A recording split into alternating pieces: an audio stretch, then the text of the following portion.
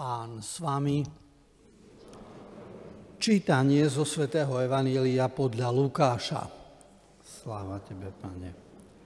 Ježiš povedal svojim učeníkom: Neboj sa, maličké stádo, lebo vášmu otcovi sa zapáčilo dať vám kráľovstvo.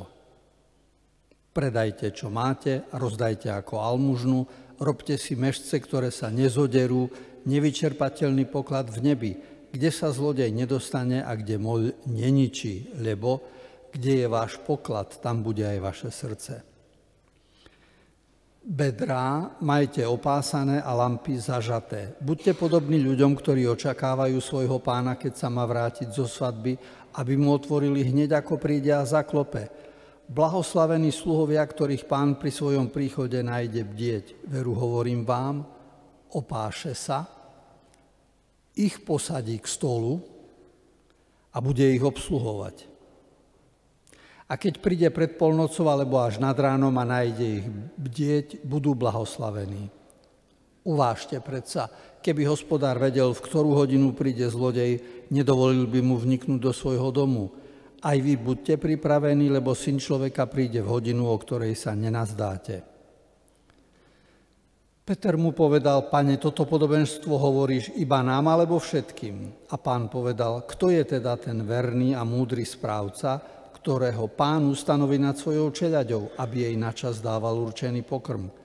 Blahoslavený sluha, ktorého pán pri svojom príchode nájde tak robiť, veru hovorím vám, ustanoví ho nad všetkým, čo má.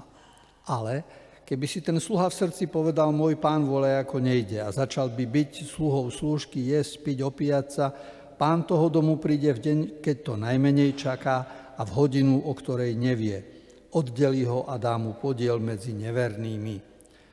Toho sluhu, ktorý poznal vôľu svojho pána, no nepripravil sa a nesplnil jeho vôľu, veľmi zbijú. Toho, ktorý ju nepoznal a urobil niečo, za čo si zaslúži bitku, menej zbijú. Kto mnoho dostal, od toho sa bude mnoho požadovať.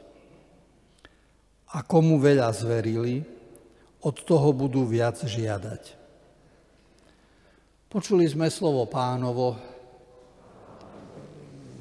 Bratia a sestry, stretnú sa dvaja známi, dávno sa nevideli, a jeden z nich je super nahodený, nový oblek, kravata, drahý kabát, topánky, kufrík z krokodila, a ten druhý sa ho pýta: asi sa ti dobre darí, keď chodíš taký vyobliekaný. Ale vieš, otvoril som si taký malý butik.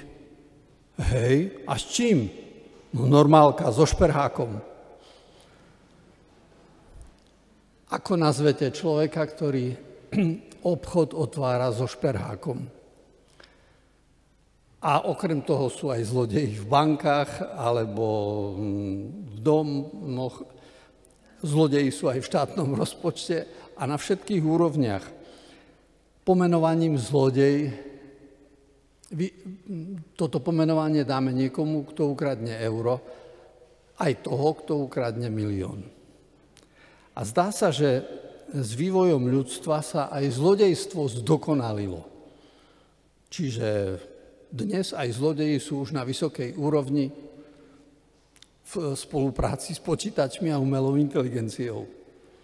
Otázkou je, či tá zlodejina človeka obohatí alebo ochudobňuje. Toto slovo zlodej sme dnes našli aj v Evanjeliu, keď pán Ježiš hovorí: keby hospodár vedel, v ktorú hodinu príde zlodej, tak by mu nedovolil vniknúť do domu. Je totiž ešte iný druh zlodejstva, ktoré sa volá choroba, starnutie a smrť. A ten zlodej okradne každého z nás. Neunikne mu nikto z nás, čo tu sedíme. Keď vidíte spolužiaka, s ktorým ste sedeli v škole v jednej lavici, a on dnes je na nemocničnej posteli, po porážke ochrnutý, zaplienkovaný, nemôže rozprávať, iba klipka očami, živený výživami cez hadičku. Vtedy vám napadne, veď na jeho mieste som mohol byť ja, sme spolužiaci. Kedysi to bol slávny futbalista, mal množstvo zápasov a dnes má jediný zápas so zlodejom, ktorý sa volá smrť. A ten zlodej má nadvládu. A proti tejto bezmocnosti Pán Ježiš prináša riešenie. Ak zlodej smrti si zakladá na zhromažďovaní, tak Ježiš hovorí o rozdávaní. Predajte, čo máte, rozdajte ako almužnu, robte si mešce, ktoré sa nezoderú, nevyčerpateľný poklad v nebi, kde sa zlodej nedostane a kde moľ neničí.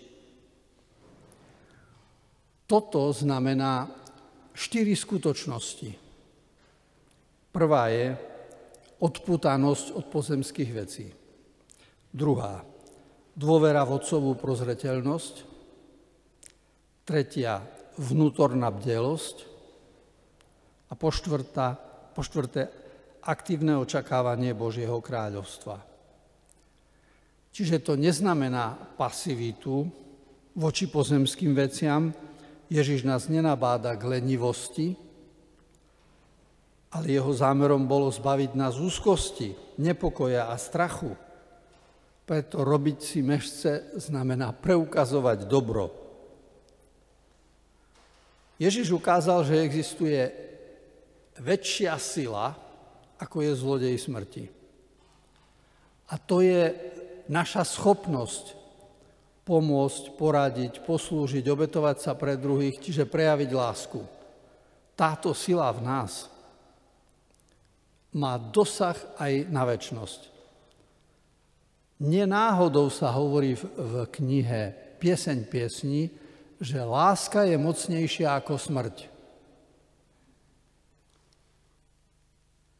A úzko to súvisí s našou predstavou o Bohu. Aby sme boli schopní tej lásky a láskavosti v živote, tak Ježiš povedal také podobenstvo, ktoré je najdojemnejšie v Biblii. Keď Pán prichádza, zaklope a vy by ste čakali, že bude sa dožadovať obsluhy. Ale on je ten, kto oblieka si rúcho a dáva sa do služieb sluhov a ich usádza za stôl. To znamená prevrátenie našej predstavy o Bohu. Boh Ježiša Nazareckého je Bohom, ktorý človeku slúži.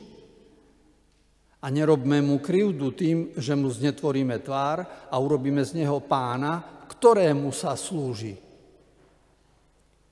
Deformujeme ho, obraciame jeho obraz na ruby. Podobne dojímavú scénu nachádzame v poslednej biblickej knihe, volá sa Zjavenie Jána Apoštola, a tam je veta, že Boh zotrie týmto služobníkom každú slzu z očí. Lebo budovanie lásky ich stálo námahu a mnoho slz. A tak, bratia a sestry, z celého tohto evanjelia ako poučenie získavame túto vetu. Boh slúži, nie jemu sa slúži. Veríme v takého Boha? Ak áno, tak potom z tejto viery odvodíme aj vzorce pre naše správanie. Aj my máme poslúžiť, obetovať, darovať sa, podeliť, lebo veríme v Boha, ktorý slúži a nie ktorému sa slúži. Táto kvalita náboženskej viery má pre nás dve výhody. Poprvé, predstavuje väčšiu silu ako zlodej smrti, tá láskavosť v nás, zbavuje nás to nemocničného strachu a po druhé, upriamuje náš život na lásku k bratom a sestram. Čiže odporúčanie, ktoré získavame z Evanjelia je, aby sme boli ostražití, dávali si pozor, bdeli, čiže nepremeškať žiadnu príležitosť na to, aby si mohol urobiť dobro, lebo sú chvíle, ktoré sa v živote objavia náhle a my ich musíme vedieť využiť. Preto Ježiš povedal, predajte, čo máte, rozdajte ako almužnu, robte si mešce, ktoré sa nezoderú. Ak nás teda stretne chudobný človek a žiada o službu a my máme možnosť pomôcť mu rozvíjame jeho život. A to je príležitosť, ktorú nemáme premárniť. Ten núdzny zachraňuje náš majetok, zabezpečuje ho v Bohu, pretože nám umožnil premeniť ho na lásku. Chudobný neukradne naše materiálne dobrá.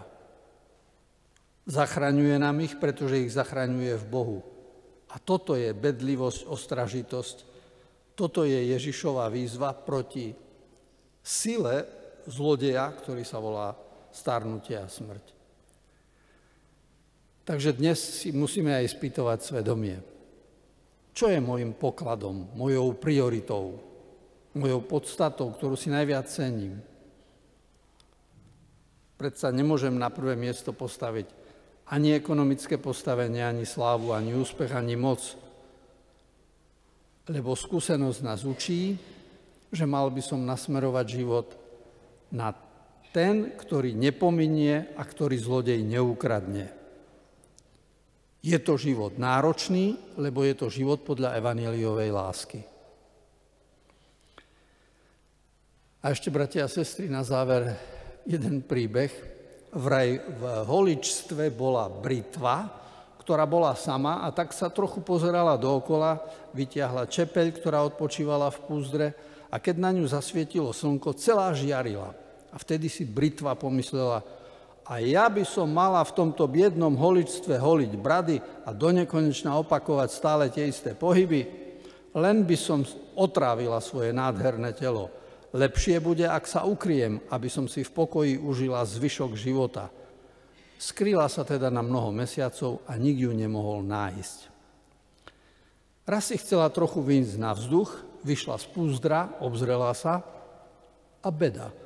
Čepeľ stmavla, ba aj trochu zhrdzavela a už vôbec nežiarila. Roztrpčená britva si s ľútosťou povedala, o čo lepšie by bolo, keby moja ostrá čepeľ bola pracovala, zostala by som žiariť. A príbeh končí slovami, taký istý koniec čaká každého človeka, ktorý nevyužíva svoje schopnosti. Bratia a sestry, ak zostaneme sústredení na seba, zhrdzavieme. Ďakujme Bohu za svetlo, ktoré dostávame, aby sme boli ľuďmi služby a darovania sa. Vtedy budeme Božími. Amen.